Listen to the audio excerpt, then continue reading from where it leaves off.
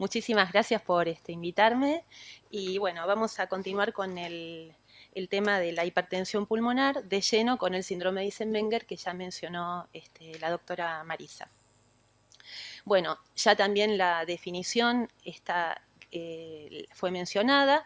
Se trata de la hipertensión pulmonar secundaria a la elevación de las resistencias vasculares pulmonares con un cortocircuito bidireccional, perdón, no sé, bueno, sigo. Entonces, hay una inversión del cortocircuito intracardíaco o extracardíaco, o sea, a nivel ventricular arterial o auricular. Un poco de reseña histórica a modo de que conozcamos de dónde sale el nombre del síndrome. Fue en 1897 que el doctor Victor Eisenmenger, que era un médico cardiólogo, generalista y patólogo, describe en una autopsia de un paciente que conocía de 32 años que fallece súbitamente con una hemorragia masiva y en la autopsia revela tener una comunicación interventricular grande, subaórtica, con trombos en las arterias pulmonares principales, que las cuales estaban sumamente dilatadas. Es así que recién luego de unos cuantos años hay una serie muy pequeña de la doctora Modabot que describe 20 casos con síndromes de Eisenmenger, pero recién casi luego de 60 años se hace famoso mediante el doctor Paul Hood, quien es cardiólogo y trabajaba en el Royal Brompton, en donde no solamente implementa el término de complejo de Eisenmenger y síndrome de Eisenmenger a la comunicación interventricular con hipertensión y hiperresistencia, sino a cualquier tipo de cortocircuito, ya sea a nivel ventricular, arterial o auricular. Bueno, ¿cómo es la fisiopatología de esta especial entidad?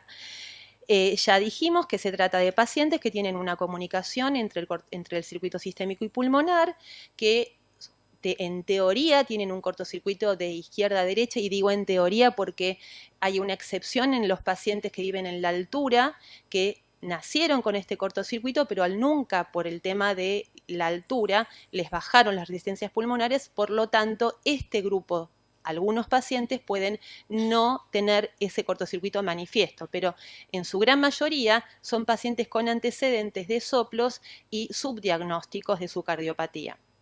Entonces, este hiperflujo pulmonar sostenido produce una injuria vascular lenta, sobre todo a nivel de los capilares arteriolares pulmonares, y una vez que esta injuria pulmonar es irreversible, el cortocircuito se invierte, se hace de derecha a izquierda y viene la eritrocitosis, no la policitemia, sino el estímulo de la médula ósea para generar glóbulos rojos, que son los transportadores principales del oxígeno, y la cianosis secundaria.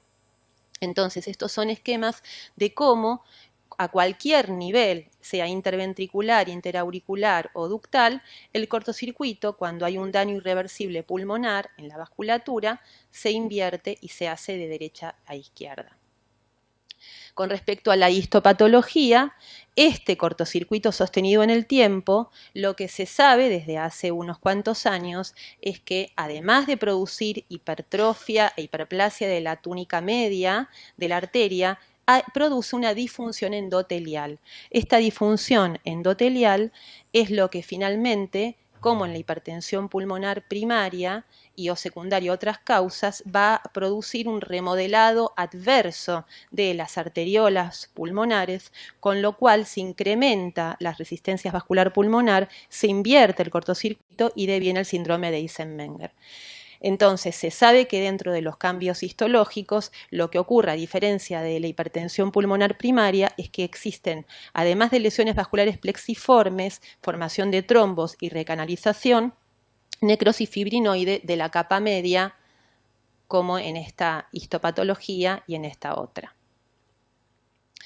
Entonces, ¿cómo va a ser la presentación clínica? La presentación clínica va a ser variada. Pacientes que en la anamnesis van a haber tenido algún antecedente de soplo o hiperflujo, o tal vez cuadros respiratorios reiterados con internaciones y resulta que eran cuadros de insuficiencia cardíaca no detectados. Y cianosis y disnea progresiva secundaria a la inversión del cortocircuito.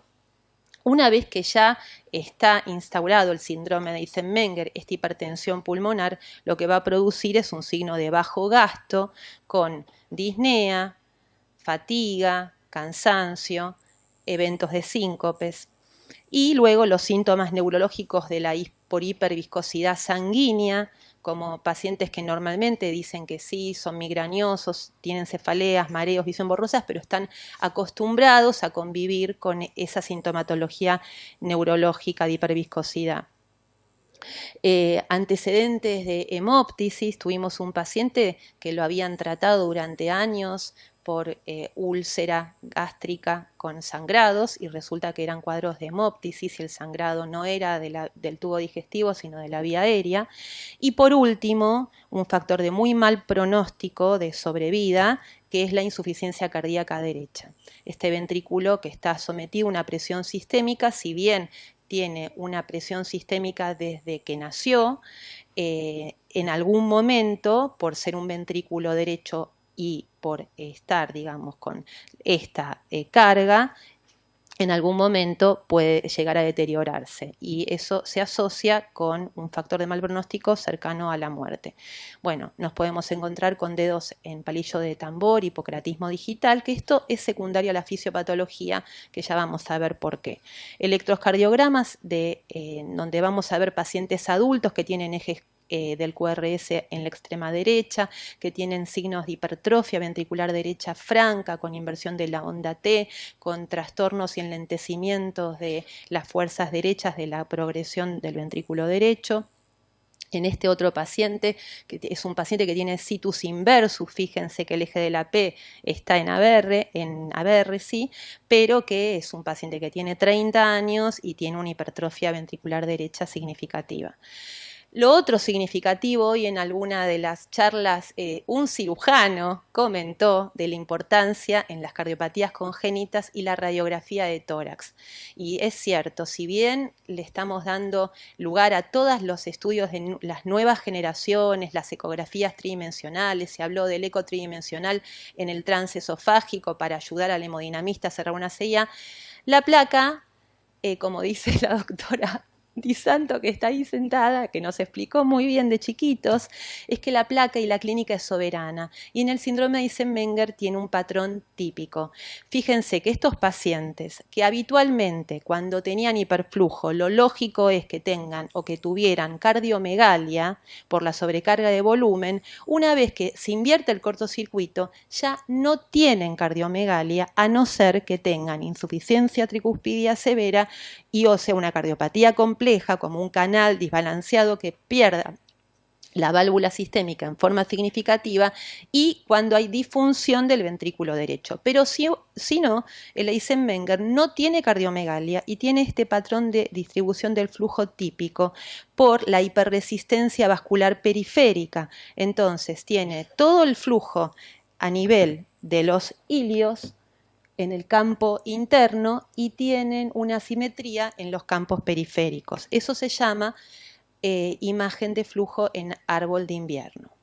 Amputación, como se ve en esta placa, con una mujer que tenía una comunicación interauricular tipo seno venoso, evolución natural, y fíjense la simetría del flujo que hay entre los diferentes campos y el tronco, la arteria pulmonar sumamente dilatada y los cilios bien congestivos.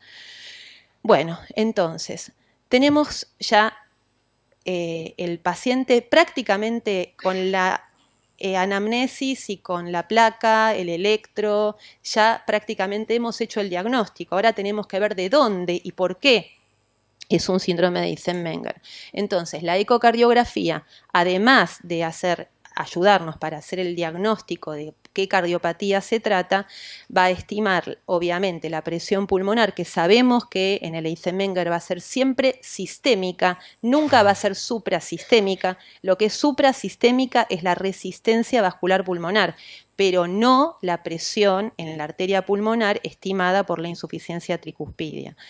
Y también con los nuevos métodos, inclusive con el con un eco bidimensional en modo M también y con el Doppler tisular, podemos valorar la función ventricular que la doctora Villa explicó muy bien cómo se está estudiando el ventrículo derecho, de la misma manera se estudia en el Eisenmenger, y donde hemos visto una correlación importante en la excursión de la onda S en el Doppler tisular cuando tiene menos de 6 centímetros, es de mal pronóstico.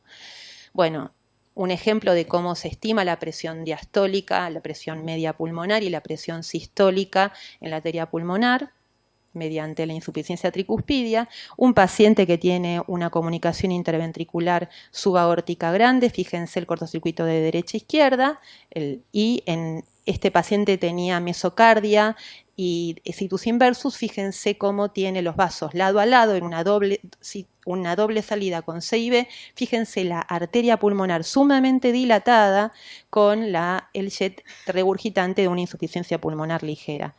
Otro paciente que tenía un ductus con shunt reverso, era solamente para ver, y una comunicación interventricular subtricuspidia con un mecanismo de cierre que había desarrollado también Eisenmenger. Fíjense la gran arteria pulmonar. Shunt bidireccional a través de CIBs múltiples. ¿Cómo se estima entonces? Como ya se le mencionó, no me voy a detener, la onda S, el tisular, el TAPSE.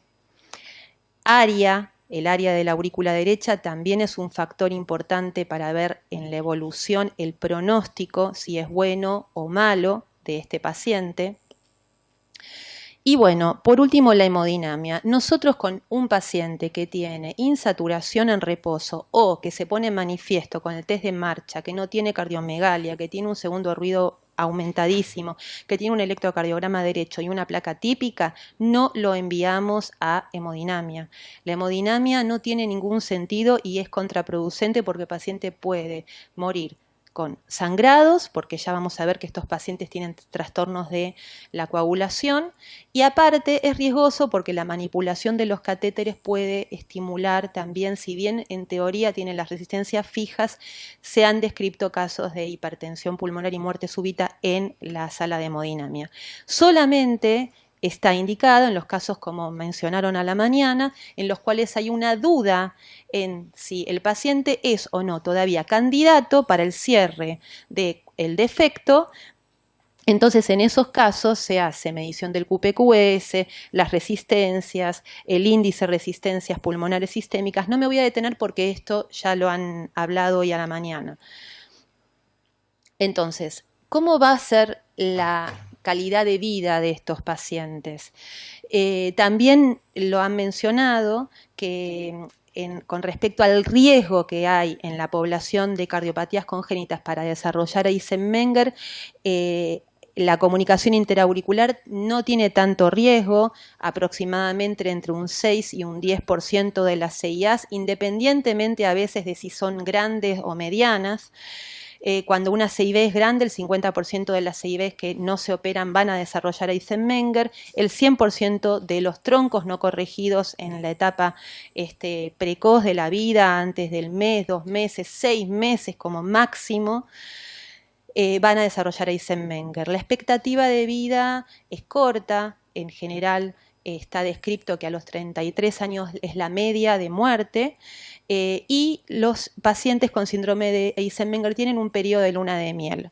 Cuando son chiquitos pueden tener insuficiencia cardíaca y luego cuando pasan a la segunda infancia, a la adolescencia, hasta la segunda década de la vida, pueden estar asintomáticos porque muchas veces no tienen ni insuficiencia tricuspidia, ni insuficiencia pulmonar, ni arritmias. Entonces esos pacientes andan bárbaro por la vida hasta que consultan por un cuadro hemoptoico o por una arritmia o por un síncope. Entonces, ¿cómo va a ser la sobrevida? La sobrevida se ha estudiado que el 80% sobrevive a los 10 años de realizado el diagnóstico, 77% a los 15 años y a los 25 años 42%. Y si uno compara estos índices de sobrevida con la población de hipertensión pulmonar idiopática, es muchísimo mejor. ¿Cuáles son las causas de muerte? Estos pacientes, el 90% fallecen por muerte súbita. Algunos casos por hemoptisis masivas, como el primer paciente que describió el doctor Víctor Eisenmenger. Muchas muertes están precedidas por cuadros de insuficiencia cardíaca derecha que a veces no son muy específicos. En situaciones que no están vinculados a eventos cardíacos per se, pero sí con lo que significa la vida del paciente. El paciente puede someterse a una cirugía de vesícula, a una laparoscopía exploratoria, y la anestesia es muy riesgosa y también el posquirúrgico. Entonces, ese es otro motivo de muerte en estos pacientes. Las infecciones, los abscesos asépticos en los pacientes Eisenmenger y en todos los pacientes cianóticos, y por último, una causa de mortalidad altísima, cercana al 50%, es el embarazo en el periodo periparto principalmente. Las hemoptisis, no me voy a detener, en general hay circulación colateral, son vasos de neoformación para poder distribuir más cantidad de oxígeno a los tejidos nobles. Estas en general se rompen en la circulación, sobre todo cuando los pacientes simplemente tienen catarro o tos. Por lo tanto, siempre hay que recomendarles algo muy sencillo, un mucolítico, medidas higiénico-dietéticas y punto. También por infarto pulmonar, alteraciones de la hemostasia, infecciones broncopulmonares. Bueno, este es el motivo por el cual existe esta evolución de los dedos en palillo de tambor, hipocratismo digital, es secundario a la disfunción endoteliar pulmonar que genera que las plaquetas se vayan depositando junto con los uratos, ya que hay un clearance renal disminuido del ácido úrico. Entonces, esta hiperuricemia que es habitual de encontrar en pacientes cianóticos crónicos es el que genera la osteoartropatía hipertrófica, la artritis gotosa, las artralgias, que lejos es lo más frecuente. No es tan frecuente la artritis gotosa, sino sí que siempre se quejan de dolores articulares. Y es así que nos encontramos con estos pacientes. Entonces, hablamos de la muerte y la relación con el embarazo. Dentro de la clasificación de OMS y de los criterios estratificadores de riesgo en el embarazo y las cardiopatías congénitas, el embarazo en el Eisenmenger tiene una clase OMS 4, significa que la mortalidad durante el embarazo es entre 25 y 50%. Por lo tanto, nosotros contraindicamos el embarazo en el Eisenmenger. ¿Por qué lo contraindicamos? Porque, como dijimos, las causas de muerte pueden ser secundarias a tromboembolismo, sangrados, hipovolemia. También están vinculadas al aborto espontáneo o al aborto inducido, pero mucho menor en menor proporción que por un embarazo a término. Y recuerden que la mortalidad se da no durante el embarazo ni en el posparto inmediato, muchas veces en el primer mes posparto. Por eso se recomienda ante estos casos internar al paciente, tenerlo en observación mínimo durante 2 semanas por más que haya tenido un parto vaginal. Pero también, como Presbítero en la década del 80 publicó en los pacientes, en las mamás cianóticas, simplemente con saturaciones menores de 85%, también hay una morbilidad fetal significativa, con 50% de prematuridad, 30% de riesgo de crecimiento intrauterino inadecuado y mortalidad perinatal, en secundario estas dos cosas, de 8 a 28%. Entonces, ¿qué hacemos para la anticoncepción de estos pacientes? ¿Anticonceptivos le damos? No, no se puede, porque hay riesgo de trombosis, hay riesgo de embolia paradojal, ACV, TIAS. ¿Le ponemos un DIU con cobre? Tampoco, porque estos pacientes tienen trastornos de la coagulación, entonces pueden tener hemorragias, pueden tener endocarditis bacteriana. Por lo tanto, lo que está hoy recomendado con un nivel alto de evidencia son los nuevos DIUs que tienen liberación de levonorgestrel, que además, por otro lado, reducen la metrorrea.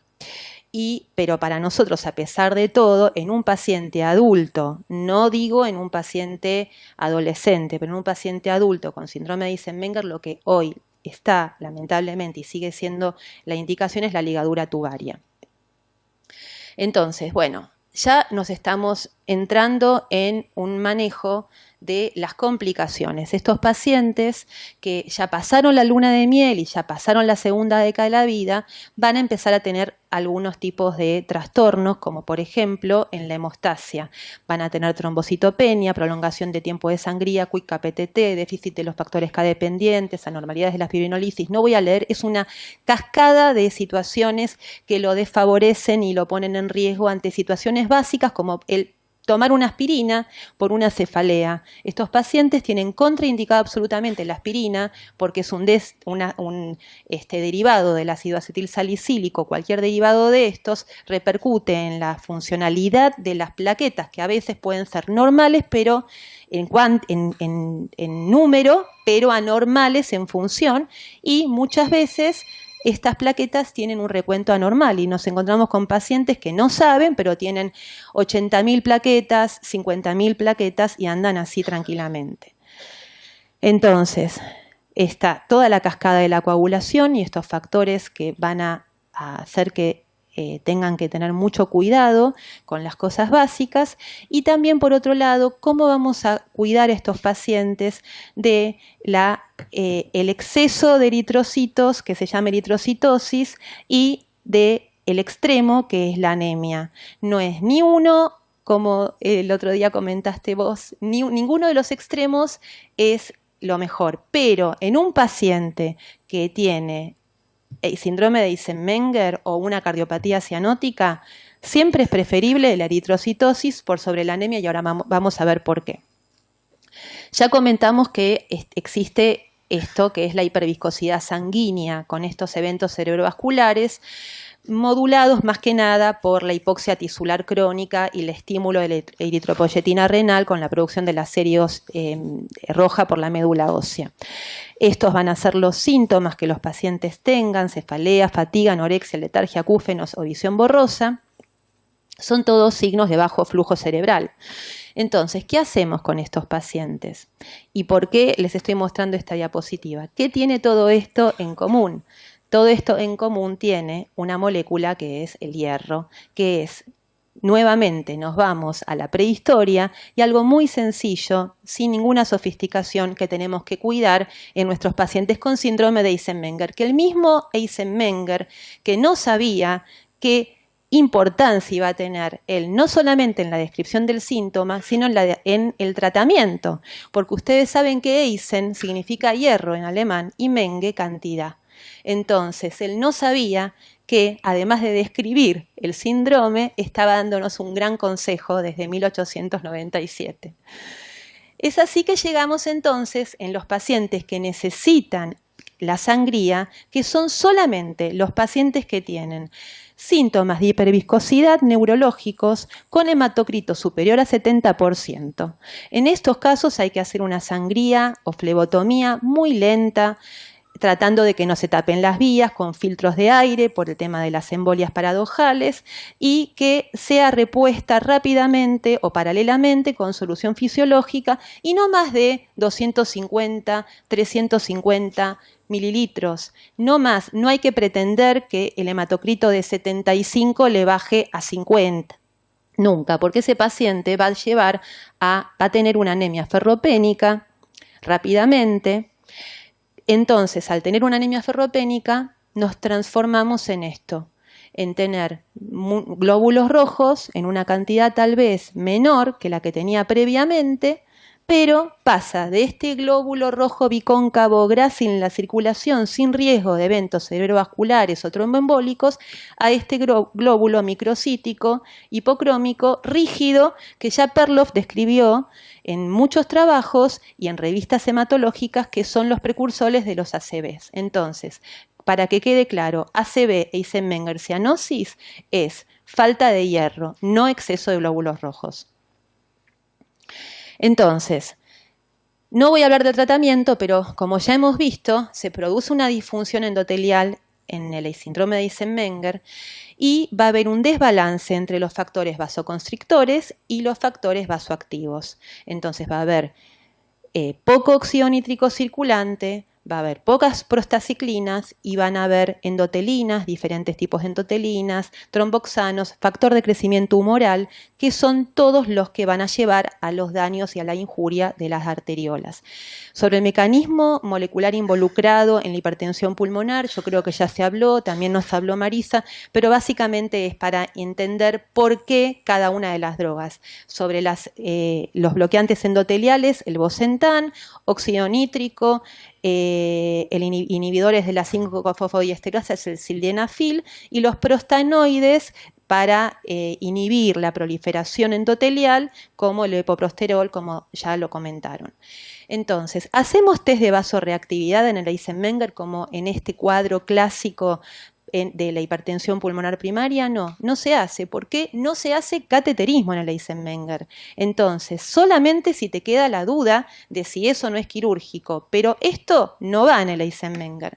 Entonces, es difícil protocolizar, hacer estudios doble ciego, aleatorizados, randomizados, con control, porque no los podemos estudiar y testear como habitualmente se hace en hipertensión pulmonar.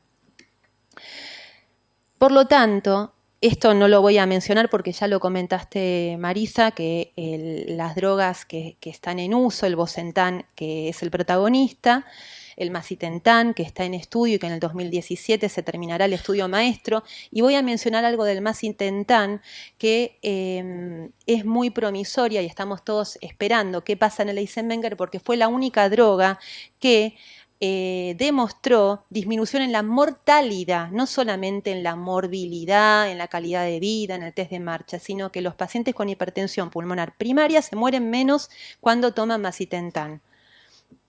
Bueno, este es el estudio primario del Bosentan del 2006 con esas 16 semanas de seguimiento y luego siguió, porque fueron tan buenos los resultados, que el BREST-6 siguió por 40 semanas más.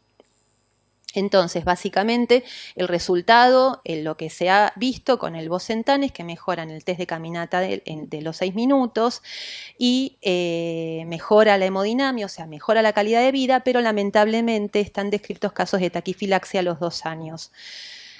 Y bueno, ya hablamos del sildenafil, tadalafil, el epoprostenol, que todavía nosotros no lo usamos en el Eisenmenger.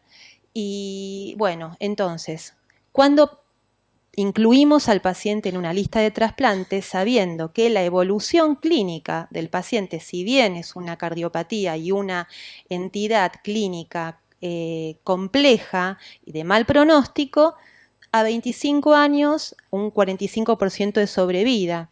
No creo tenerlo en ninguna de las mejores series de trasplante. Entonces, necesitamos tener predictores de sobrevida.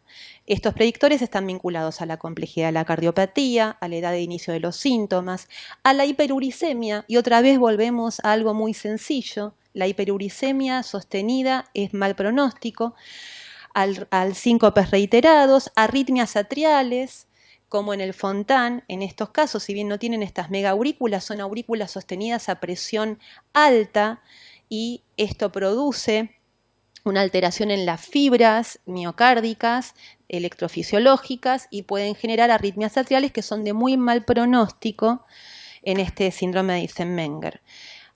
Al testeo de BNP, pro-BNP, que son, digamos, indirectos de que hay falla del ventrículo derecho, siempre probados y controlados con un mismo paciente. Entonces es así que Gatsoulis publica estas guías en este trabajo, donde ve que el peor pronóstico en el paciente con síndrome de Eisenmenger es la disminución del TAPSE con menos de 1,5 centímetros, un aumento del área de la aurícula derecha con más de 25 centímetros cuadrados, un gasto cardíaco empobrecido y el test de caminata, el test de marcha menor de 350 metros. Esto es algo de mal pronóstico. Si uno esto lo asocia a mala clase funcional o empeoramiento de la clase funcional del mismo paciente, y en una placa, que tenemos esta placa, en donde dijimos que Eisenmenger con buena función ventricular y asintomático por la vida no tiene que tener cardiomegalia, y nos encontramos con este paciente que tiene cardiomegalia severa, con esta dilatación severa de la arteria pulmonar, este paciente lamentablemente tiene indicación de entrar en lista de trasplante. Entonces, para concluir, las indicaciones de trasplante son las hemoptisis importantes, reiteradas, incoercibles, que no responden al tratamiento habitual. Habitualmente son autolimitadas, pero en algunos casos requieren desmopresina, pero si en muchos casos estos pacientes requieren reinternaciones y mucha desmopresina, esto es algo de muy mal pronóstico. Cuadros sincopales reiterados, hipoxia severa y con disminución y caída de la saturación en reposo, falla del ventrículo derecho y clase funcional 3-4. Y por último, vean cómo en este registro internacional de trasplante de la Asociación de Corazón y Pulmón del 2006, los pacientes que tenían síndrome de Eisenmenger, que son los que tienen la línea verde, una vez hecho el diagnóstico, tenían mejor sobrevida, sobrevivían 5.8 años con respecto a los pacientes con cardiopatías complejas, que sobrevivían 1.2 años, y con respecto a los pacientes que tenían hipertensión pulmonar primaria, que sobrevivían a 4.3 años. Entonces, si comparamos la historia natural de Eisenmenger con la historia del trasplante cardiopulmonar, vean que ningún trasplante cardiopulmonar a más de 10 años tiene 30% de sobrevida. Sin embargo, la evolución natural de Eisenmenger a 25 años sobrevive el 42%. Es así que quiero compartir por último la experiencia nuestra del Hospital Garrahan, del consultorio de seguimiento del adolescente, en una época que íbamos al Hospital Argerich y vimos muchos pacientes adultos con cardiopatías, incluimos 60 pacientes, 39 mujeres, una edad mediana de 28 años, con un seguimiento mediano de 17 años. La mayoría de las cardiopatías eran cardiopatías sencillas, pero sí tuvimos pacientes con transposición y comunicación interventricular que le habían hecho un zenning paliativo, pacientes con LTGB y CIB, aurícula única, tronco arterioso. Solamente el 65% de los pacientes tenían cianosis manifiesta, los demás la manifestaban con el esfuerzo. Y con respecto a la clase funcional, ningún adulto tenía clase funcional 1, todos tenían, la mayoría clase funcional 2 y otros clase funcional, muy pocos clase funcional 3. Registramos no significa que durante este seguimiento tuvimos a estas mujeres con el embarazo. Eran mujeres que habían tenido antecedente de embarazo y unas pocas que tuvieron el embarazo prosiguieron a pesar del consejo que nosotros le dimos, de las cuales hubo 33 embarazos, 27 a término, 25 recién nacidos vivos, 2 mortinatos, 7 abortos, de los cuales 6 fueron indicación terapéutica, y con respecto a los partos, la mayoría fueron recomendados partos vaginales. Con respecto a los eventos adversos, el 33% habían tenido cuadros de hemoptisis autolimitadas, la mayoría, 5 pacientes arritmias, la mayoría auriculares, síncopes, 5, fallo ventricular derecho 7, y se registraron, hay 17, pero fueron 8 óbitos en estos 17 años de seguimiento. La edad de fallecimiento fue a los 30 años, con una mediana con un rango de 21 a 66 años, y la mayoría de las muertes fueron en forma súbita. Hubo 2 pacientes vinculados al embarazo, uno a los 10 días posparto y otra persona, otra mujer que se le había hecho un legrado y a los, creo que 15 días por una infección fallece. Hicimos el análisis univariado, no tengo el slide porque no lo encontré, pero el único factor predictor de alta significancia que encontramos en los pacientes que fallecieron fue la insuficiencia cardíaca derecha. O sea, el fallo ventricular derecho fue un signo de aparición tardía y el mayor predictor de mortalidad en este grupo de pacientes. Arritmias, síncopes aislados, episodios hemoptoicos no son signos premonitorios de muerte súbita. La mayoría de estas fueron súbitas y esto hace que, dada la buena evolución a largo plazo, que sea muy difícil establecer el momento del trasplante. Entonces, ¿Cuál es el futuro de estos pacientes? El futuro, tal vez el presente. Hasta hace 10 años no había drogas. Ahora, desde hace 10 años hay una cantidad de drogas importantes mediante el advenimiento de la genética, biomolecular, con el intento de remodelar la vasculatura, de regenerar la microvasculatura pulmonar. Y lo que sí tenemos que pensar es que cada una de las drogas tiene que mejorar la calidad y sobrevida de estos pacientes o no, entonces no la damos, porque el concepto es tratar de retrasar la decisión del trasplante cardiopulmonar. Muchas gracias.